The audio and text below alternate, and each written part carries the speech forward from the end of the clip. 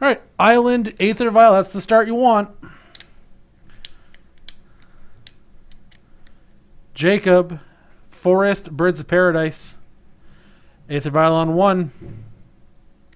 Draw was Akira. But then that's all we had was a 1-lander, so we kept on the strength of land Aether Vial. Jacob here, turn 2 Devoted Druid. That's what you want to see. That's how you get to infinite mana.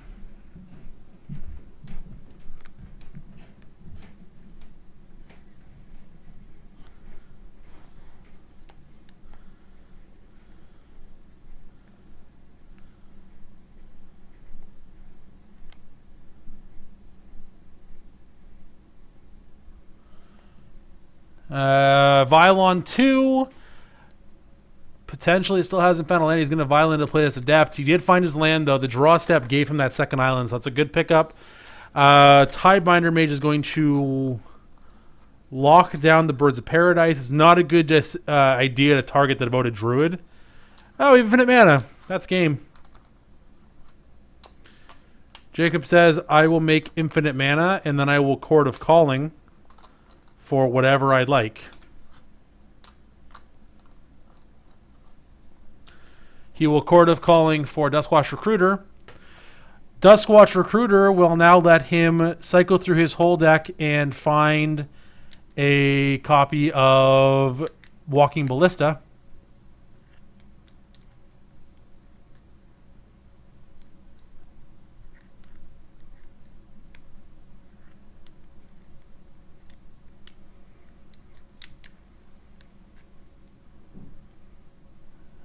Just going to take all these creatures as he goes. Sure, why not? Ronus is also a way to get there. That's lethal now. He gets to play the Ronus and infinitely pump up this Devoted Druid. And then attack for infinite with Trample. And Braiden's dead. Alright. So, quick game 1 there. Turn 3 combo is all you need to do. 1, 2, 3, and you're dead. And nothing really Braiden could do there unless he had... If he had things like Vapor Snag, he could respond, but that's about it.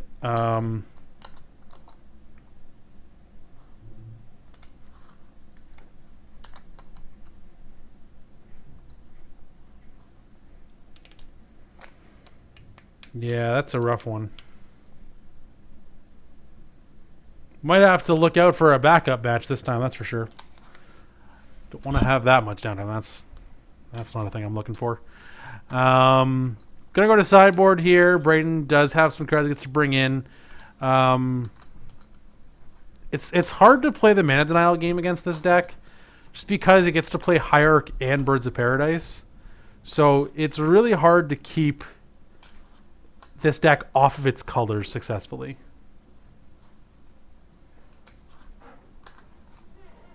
With all the dorks it has access to. So I don't think Seize Claim is a good choice.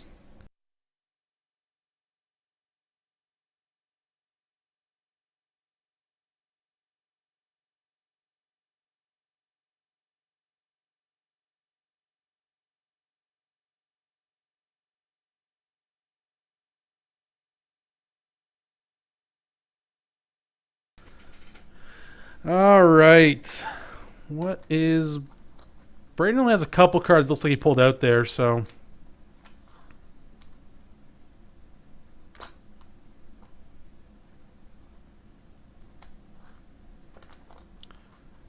Jacob doesn't need to do much else. That's what his second game's going to look like.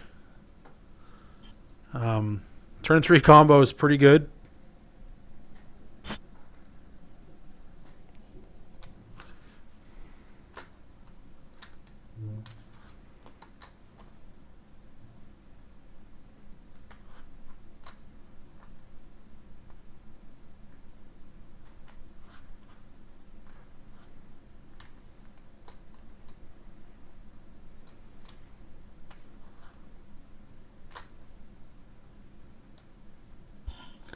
All right, looking at their opening 7 here. Braiden going to have choice here. Oh, he's already chosen to go on the play.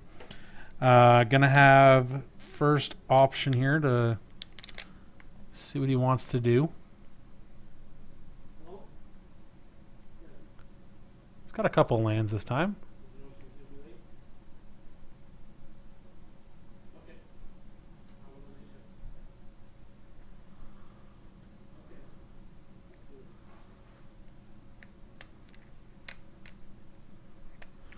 Braiden gonna mulligan here though, so maybe he had too many lands this time. Might have been the opposite of the previous game. A little unfortunate, but again, the deck's referred to as blue burn sometimes, so it's got good mulligans. It's a very redundant deck. It has a lot of lords to draw from, so very easy to get its get a good start going, even with a smaller hand.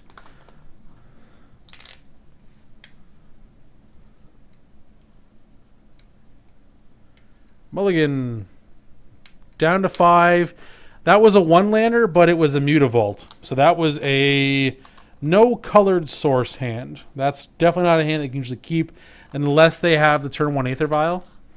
Then you can get away with it sometimes. It's still not the best because a lot of Merfolk's cards, especially the Lords, in fact all the Lords, except for Regery, cost blue. So not having access to a second island can be a little rough sometimes.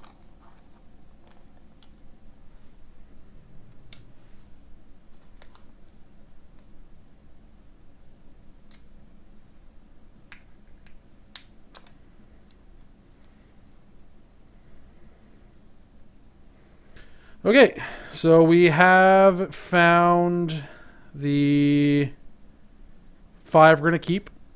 We have turn 1 Aether Vial, which is good again. Jacob, with the same start, though, has his turn 1 Mana Dork. Braiden, I believe, looking... Oh, no, he found a second land. Okay, he's all good there. So Tiebinder Mage will take care of Noble Hierarch before it gets to do anything useful.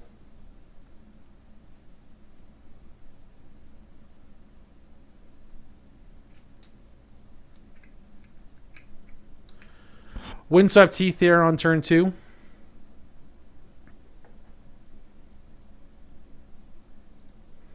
Jacob at 19.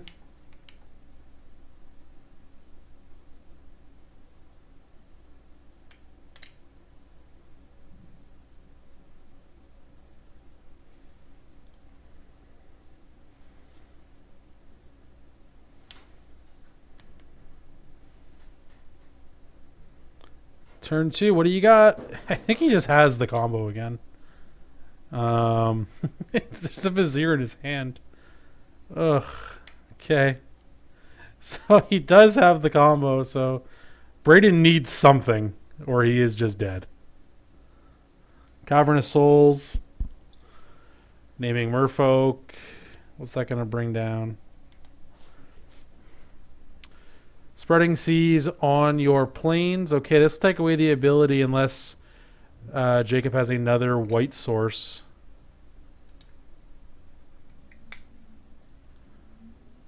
Which at the moment I don't know if he does. Attack for 2 will bring Jacob to 17. Yeah, Noble Hierarch's top. He has Windswept Heath. So he does... If I'm not mistaken, he has combo here. So he's down to 16 now. Probably going to be 14. Probably going to be getting some sort of Shockland here. Yep, Godless Shrine, so we're at 14.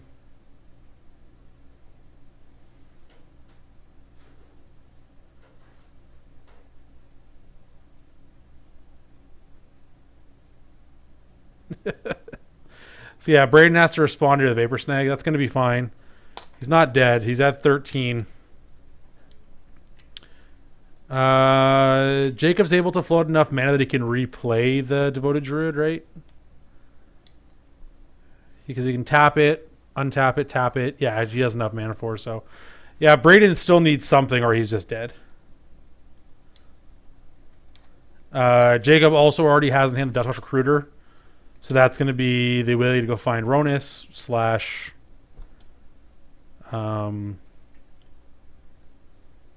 Walking Ballista.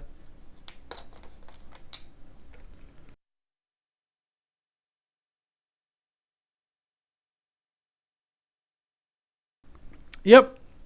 Sure enough, there it is. Game over.